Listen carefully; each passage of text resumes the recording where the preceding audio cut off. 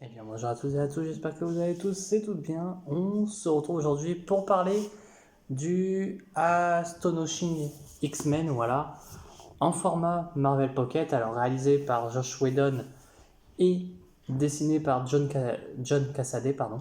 Alors, attention, enfin, tout d'abord pour commencer les X-Men, c'est une équipe qui m'a plu depuis un bon moment, mais vu que je ne lis quasiment pas de Marvel, il est vrai que tout simplement, c'était pas une équipe où j'allais aller dessus, contrairement aux 4 Fantastiques où je suis allé directement dessus aussi.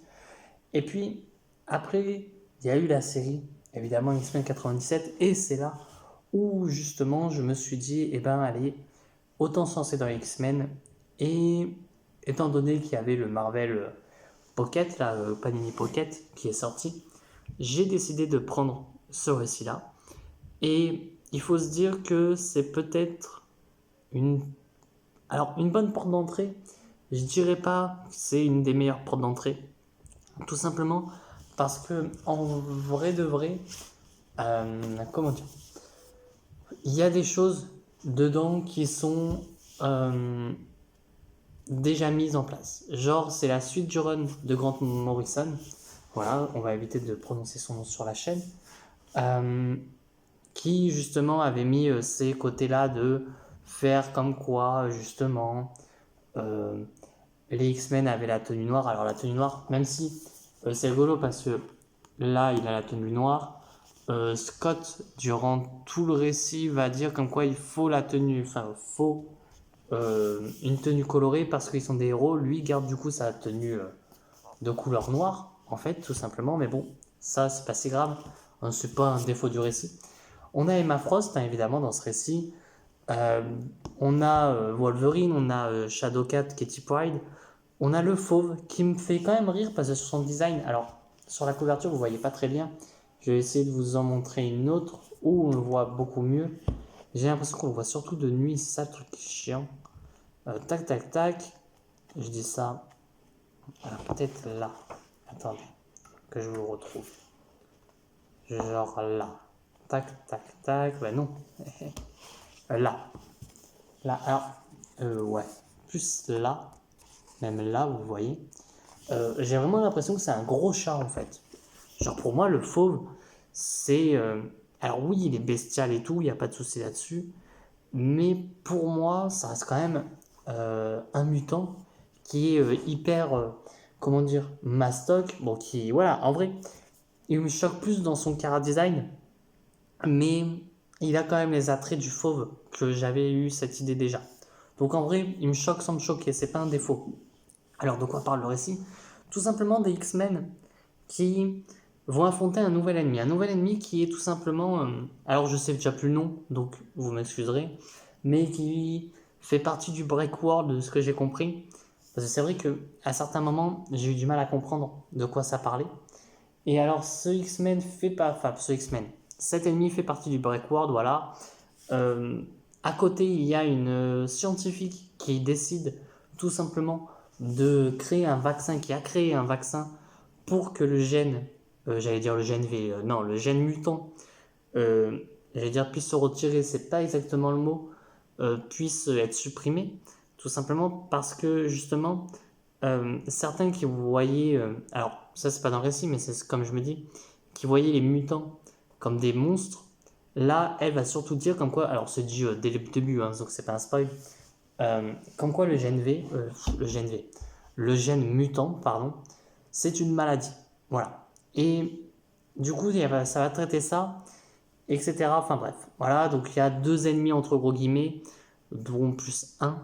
On a le Sword aussi dedans. Alors le Sword, euh, moi qui ne suis pas du tout Marvel, qui ne connais même pas le Sword, alors on l'a eu dans, je crois, hein, si je ne me trompe pas, on l'a eu dans, comment ça s'appelle, mince, j'ai oublié le mot, Euh, dans, je sais plus, c'est dans quoi déjà? Est-ce que c'est dans WandaVision qu'on a eu le Sword? Je sais plus, je saurais plus vous dire. Enfin bref, voilà, on a le Sword qui fait son apparition en soi, j'ai l'impression, parce que justement, euh, j'ai cette impression que les X-Men eux-mêmes ne savent pas qui est le Sword. On a le Shield avec ce Nick Fury qui est blanc. On a aussi, comment ça s'appelle on a les 4F à un moment donné, voilà, mais on a beaucoup de références aux autres personnages, évidemment, dans le récit. Voilà, en vérité, c'est un très bon récit. Voilà, même les dessins sont très jolis, je trouve. Mais toutefois, alors juste, voilà, là, il y a des dessins très jolis. Ça ne voit pas. Hop, comme ça.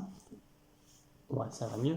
En fait, le seul souci que j'ai avec ce Marvel Pocket, enfin Panini Pocket, pardon, c'est peut-être commencer. Alors, j'achèterai le tome 2, évidemment. J'ai pris les The Boys en Panini Pocket. Voilà, je sais chercher le mot. Mais en fait, le seul souci que j'ai, c'est que. Alors, peut-être que c'est pareil, mais du coup, sur cette page, tu vois pas trop Kitty Pryde. Ou alors, faut vraiment. Tordre le livre pour le voir. Donc, bon, disons que j'ai pas envie de le tordre, même si. Voilà. On a. Bon, alors, ça, c'est. Voilà, juste à un moment donné où tu as les 4 F, tu vois. Mais voilà. Alors il y a aussi, alors il y a deux arcs dans le récit. Il y a le premier arc avec justement ce méchant qui justement est comment dire, voilà, elle veut tuer les mutants. Enfin, on te fait comprendre que il y a potentiellement un seul mutant. Voilà, on ne dit pas lequel. Donc c'est pas un spoil de vous dire qu'en quoi c'est à cause d'un mutant, il veut détruire les mutants. Voilà, c'est pas un spoil. C'est on dit qu'il y a un mutant, on va pas dire qui. Et j'aime bien parce que les deux arcs sont vraiment suivis. C'est pas genre par exemple on commence un arc et puis après l'arc précédent on l'oublie et on en commence un deuxième. Non, non, là il y a vraiment ce côté où justement les deux arcs sont liés tous les deux. Parce que justement ça continue l'histoire. Le second arc, un ennemi voilà, différent apparaît. Et puis voilà. Alors j'ai pas dit mais oui c'est vrai que là on n'a pas Charles Xavier. Enfin si on l'a mais pas là. Bref, vous comprendrez. Et j'aime bien quand, en vrai, ce qui est cool, c'est qu'on te montre comme quoi Charles Xavier, alors c'est vrai qu'il est là comme ça dans les comics, mais que Charles Xavier est quand même différent dans les comics que dans les films. En même temps, dans les films, il faut montrer que c'est un gentil. Alors que dans les comics, tu vois quand même que Charles Xavier est quand même un connard. Voilà, tu vois quand même que c'est quand même un connard. Tu vois que il y a des choses qu'il n'aurait peut-être pas dû faire, tu vois. Mais en vérité, j'aime beaucoup ce Charles Xavier. Voilà. J'aime beaucoup. Et même les X-Men, j'aime beaucoup. En vérité, à un moment donné, avant d'avoir lu X-Men ou quoi que ce soit, je m'étais posé la question d'aller sur Krakoa, sur la Krakoa. Et avec tout ce qu'il y a et tout, je me dis autant que j'attende, si jamais un jour ça sort, évidemment, un omnibus pour justement Krakoa ou quoi que ce soit, parce que je me dis, autant attendre ça que d'attendre en mode, bah tiens, Krakoa, comment dire, de tout commencer. Même, je pense même, mais après ça, je verrai si je ne trouve pas d'occasion ou quoi, mais d'acheter les X-Men intégrales, tu vois, les intégrales X-Men, je pense que potentiellement je vais pouvoir y aller. On a aussi, alors, est-ce que ça serait un spoil de le dire? Je sais pas. En vrai, dites-vous qu'il y a un X-Men qui est apparu dans le récit, qui est mort, qui revient à la vie. Voilà. Alors, donc non, c'est pas un spoil en vérité. C'est parce qu'en vrai, même si tu l'as pas lu, c'est pas un spoil et ça t'embête pas. Je vais pas dire qui, quoi, où, mais ça va pas t'embêter plus que ça. Après, c'est vrai que le premier arc te laisse beaucoup sur beaucoup de questions encore existantes, notamment sur un X-Men, enfin un X-Men, un mutant, on va dire, qui lui est apparu, enfin qui est apparu, qui est mort, qui est décédé, hein, bien entendu, qui est sur une table d'opération. C'est pas un spoil, hein, il y a pas trop d'intrigue dessus, je trouve. Et ce dernier, euh, bah, il va tout simplement euh, bah, pas avoir grand chose en fait, on va pas t'en parler plus que ça. Enfin bref, voilà, ça reste un très bon run. Ah, enfin, il y a run. Je dirais si le deuxième tome est très bien. Je crois que c'est en deux volumes du coup. Si série complète en deux volumes. Ah, peut-être qu'il y en a qu'un seul. Bah non, c'est marqué tome 1, donc en vrai. Uhum. Bon, c'est pas grave. En vrai, tac, tac, tac. Non, non, je crois qu'il y en a un second qui va apparaître. Si je ne me trompe pas. Oui, on a tout un. Sans spoiler, parce qu'en vrai, ça spoilerait. Parce que sinon, tac, tac, tac. Non. Non, non. Je vous dis des bêtises. Tac, tac, tac. Ouais, non, je pense qu'il va y avoir. Ah, voilà, non, c'est vrai, c'est ça. Le tome 2, c'est en décembre qui sort. Ok. D'accord. Voilà, bon, bref. Le tome 2 sera en septembre, tout simplement. Enfin bref. Voilà, donc c'est un très bon tome 1, hein, c'est vraiment une très bonne porte d'entrée. Même moi qui ne connais pas les X-Men, même si j'ai lu Le Dieu créé, l'homme des trucs que j'ai détesté. Alors, c'est vrai que j'en voulais faire une vidéo et puis le temps est passé, disons que je m'en souvenais plus. Voilà, tout simplement. Et en vérité, voilà, j'avais pas envie de cracher dessus pour cracher dessus. Bon, même si en ce moment, sur la chaîne, sort tout simplement les Al Jordan 2. Green Lantern. Disons que ne pas cracher dessus, voilà. Hein. Mais ouais, non, j'avais pas envie parce qu'en plus, on avait le Wonder Woman Rebirth à côté qui, disons-le, très clairement, était une grosse merde. Donc, je m'étais dit, on va pas infliger ça en plus. Mais bon, voilà. En vrai, Atoshi X-Men, c'est vraiment. Je pense que voilà, je vais continuer à lire du X-Men parce que c'est vraiment une équipe qui me plaît énormément. C'est vraiment une équipe qui me donne envie d'écouter, enfin d'écouter, de lire du X-Men, tu vois. J'aime beaucoup. Alors Wolverine, tu vois, c'est pas le personnage que j'apprécie énormément. Enfin, pas apprécié en mode vas-y, qui crève ou quoi. C'est plus un personnage qui ne m'attire pas plus que ça. Contrairement à Scott Summer que j'apprécie énormément, surtout dans ce récit, où là, tu vois, à un moment donné, sans spoiler réellement, tu as une action de Scott Summer où il va faire un truc, bon, il va utiliser ses rayons, il va voir que l'ennemi en face est beaucoup plus puissant, il va juste enlever son casque, et là, tu vas voir comme quoi, vu qu'il n'y a personne autour, à part Wolverine, mais ça en soi, on s'en fout, qui va utiliser ses rayons pour vraiment utiliser un gros laser.